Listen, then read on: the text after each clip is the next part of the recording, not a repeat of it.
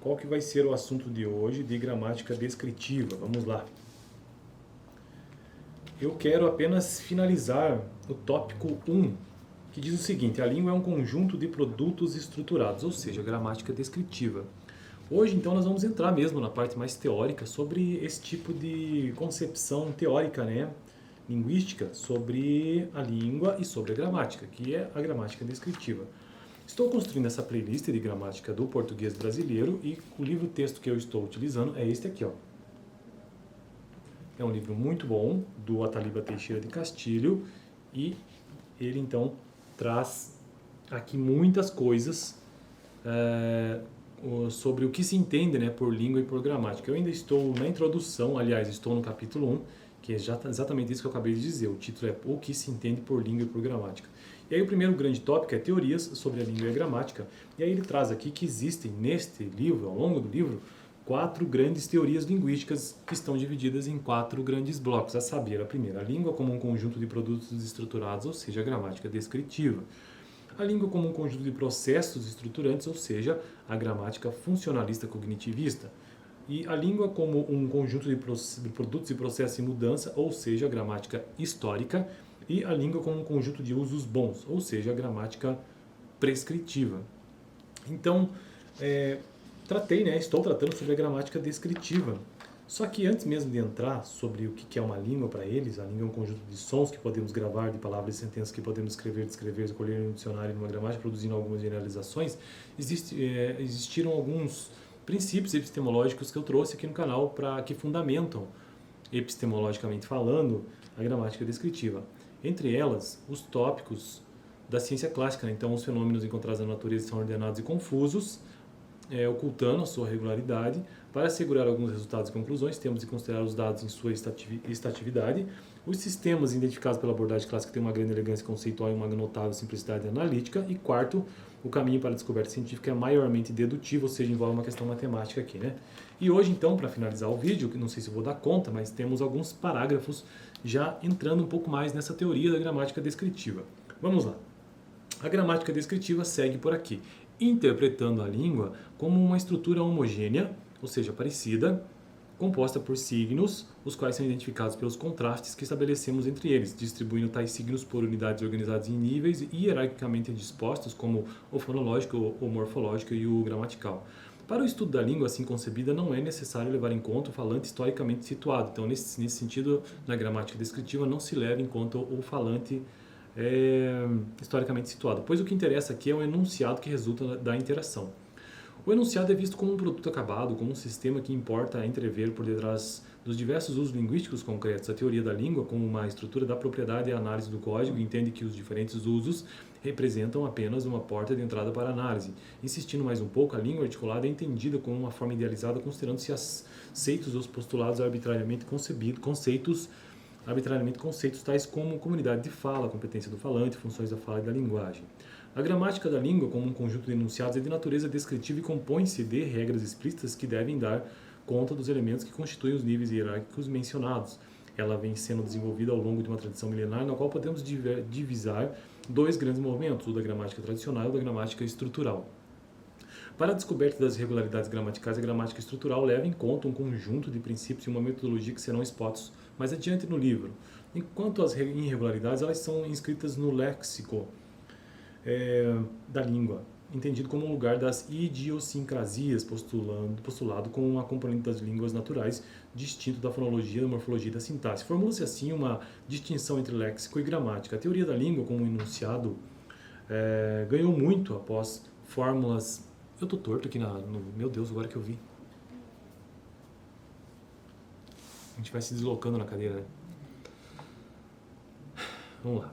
A teoria da língua como enunciado ganhou muito após formuladas as antinômias saussurianas, na verdade, né? Saussure, né? O Fernando Saussure, que é o pai da linguística.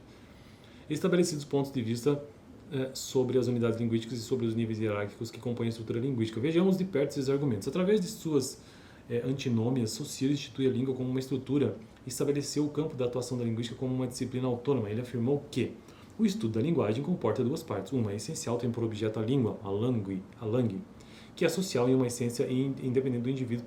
Esse estudo é unicamente psíquico. Outra secundária tem por objeto a parte individual da linguagem, vale dizer a fala, parole, inclusive a fonação e a psicofísica. Saussure, 1917. Saussure de 1917, né?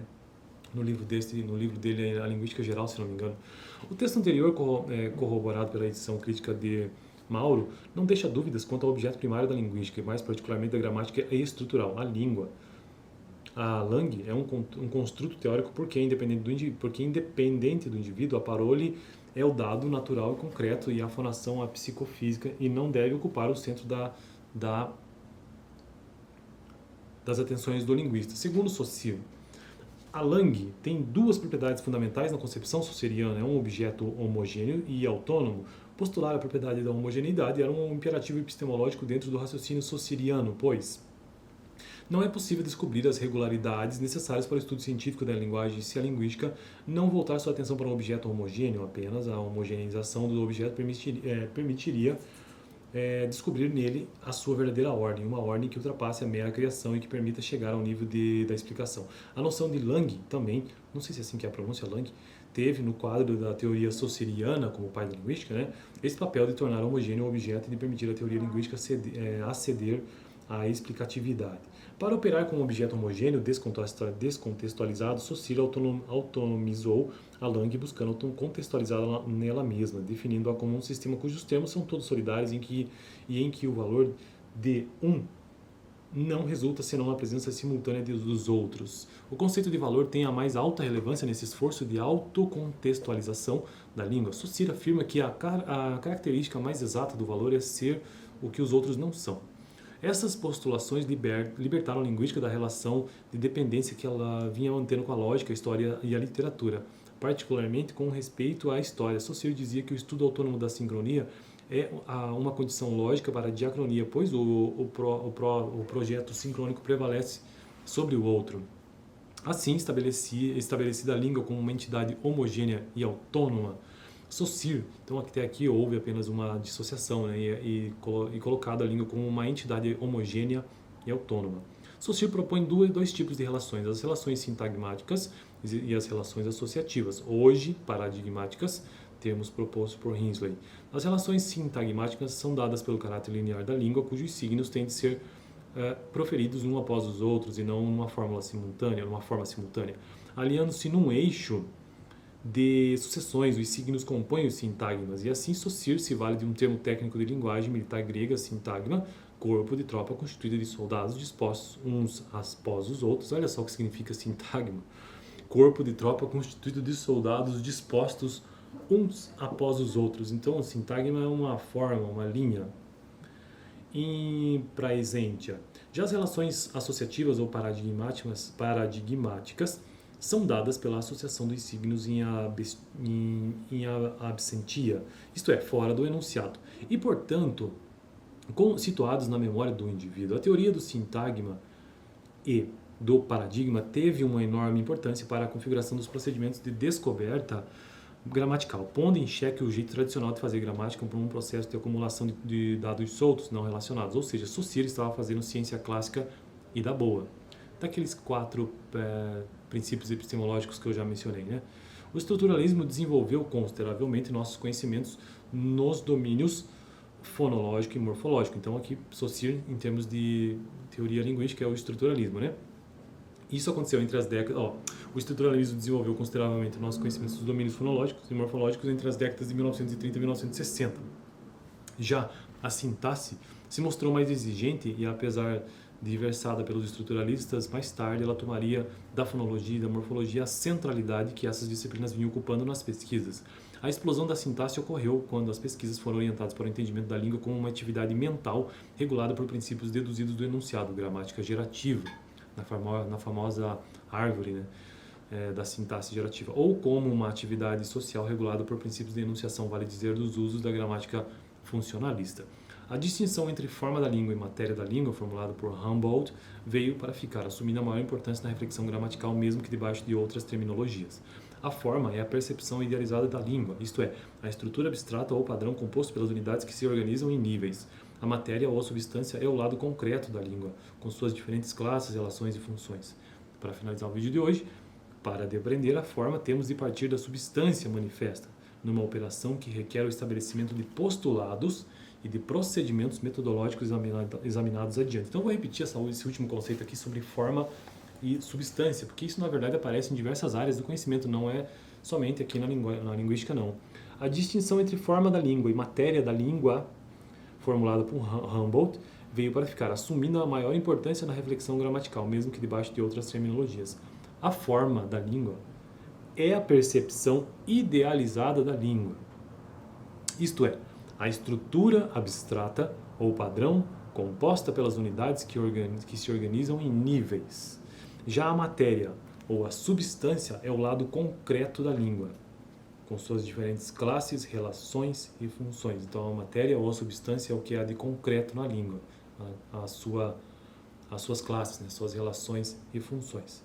Bom, fico por aqui um vídeo bastante extenso, porque eu queria terminar logo essa parte sobre a introdução, né, à língua como um conjunto de produtos estruturados, que é a gramática descritiva. No próximo vídeo, então, vamos começar a tratar sobre, ou vamos tratar inteiramente sobre os postulados da gramática descritiva, que são alguns. Dá uma olhada no vídeo anterior, caso você tenha interesse, sobre gramática, onde eu tratei sobre o último princípio epistemológico de ciência clássica, que é a base da gramática descritiva, essa questão mais matemática, né? Eu fico por aqui, até o próximo vídeo.